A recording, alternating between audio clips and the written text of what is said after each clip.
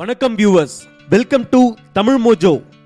குழந்தை பெற்றெடுத்த உலகின் முதல் ஆண் தாமஸ் பீட்டி என்பவரை பற்றித்தான் இப்பொழுது தமிழ் மோஜோ சேனலில் நாம் காண இருக்கிறோம். அமெரிக்காவில் இருக்க ஹவாயில ஜனவரி 20, 1974 வருடம் பெண்ணாக பிறந்தவர் தான் தாமஸ் பீட்டி.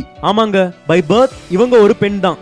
இவங்களோட இளமை பருவத்துல இவங்க ஒரு அசைன்ட் ஃபீமேல் மாடல். அது மட்டும் இல்லாம மிஸ் ஹவாய் டீன் USA அழகி போட்டியில ஃபைனலிஸ்டா கூட வந்திருக்காங்க.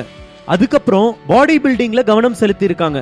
டீக் ஊண்டோ தற்காப்பு கலை டோர்னமெண்ட்ல பிளாக் பெல்ட் சாம்பியனாகவும் வின் பண்ணிருக்காங்க. இதுக்கப்புறமா தான் இவங்களுக்கு சில மாற்றங்கள் ஏற்பட்டிருக்கு. இவங்களுடைய 23வது வயதுல டெஸ்டோஸ்டெரோன் ஹார்மோன் ட்ரீட்மெண்ட் என்ற சிகிச்சையை மேற்கொண்டு இவங்க ஆணாக மாறி வாழ ஆரம்பிச்சிருக்காங்க. மார்ச் 22ல ஆணின் உடல் தோற்றத்தை பெறுவதற்காக செஸ்ட் ரீகன்ஸ்ட்ரக்ஷன் எனப்படும் செக்ஸ் ரீஅசைன்மெண்ட் சர்ஜரியை பண்ணாங்க. ஆனா பயாலஜிக்கல் சில்ட்ரன் வேணும்ன்றதுனால கம்ப்ளீட்டா இவங்க செக்ஸை சேஞ்ச் பண்ணிக்கல. இதனால இவங்களோட இன்டர்னல் ரீப்ரொடக்டிவ் ஆர்கன்ஸ்ல எல்லாம் எந்த சேஞ்சஸும் நடக்கல.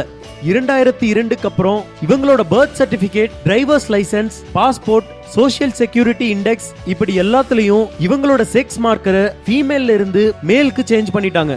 நான்சி கில்லஸ்பை என்ற பெண்ணை 2003ஆம் வருடம் தாமஸ் பீட்டி திருமணம் செய்து கொண்டு இவங்க 2 பேரும் லீகல் ஹஸ்பண்ட் அண்ட் ஒய்ஃபா வாழ்ந்துட்டு வந்தாங்க. இவங்களுக்கு மொத்தம் 3 குழந்தைகள். 3மே தாமஸ் பீட்டி ஆணாக அதிகாரப்பூர்வமாக அங்கீகரிக்கப்பட்டதுக்கு அப்புறம் ஆர்டிபிஷியல் இன்செமினேஷன் மூலமா பெற்றெடுத்த குழந்தைகள். ரொம்ப ஆச்சரியமா இருக்குல்ல?